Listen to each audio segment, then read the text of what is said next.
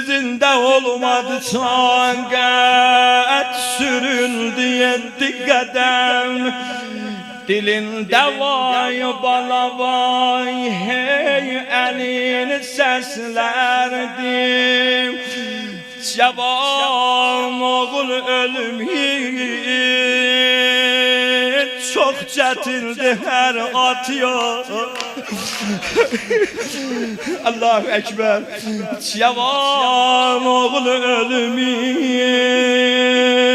çok çetindir her atıyor. Cevadında rüya dola, oğul da ekber olan ki Resul'e benzerdi.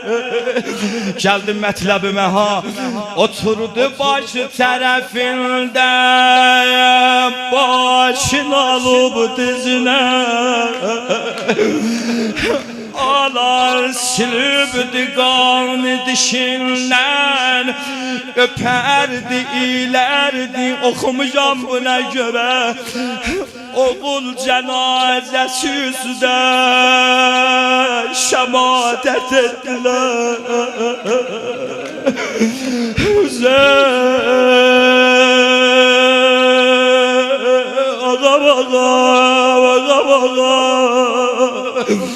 Canım, canım, gördüm Hacmet yagan ne celaletler, merasim yad bud, xaysi bariyeledun azadiye.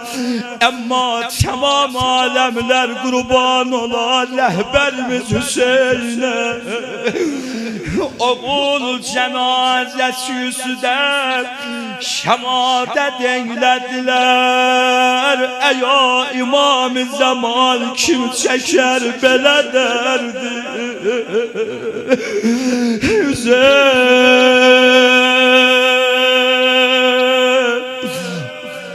Canım kurtardım zahmetimi ha.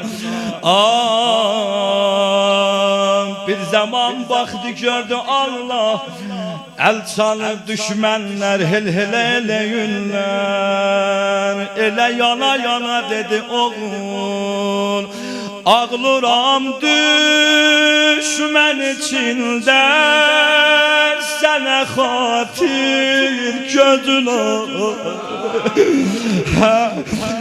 Ağlıram düşman içinde, sana hatir gözüne. Həncerimdən ucalan şeyvənə xatir gözün acay bala.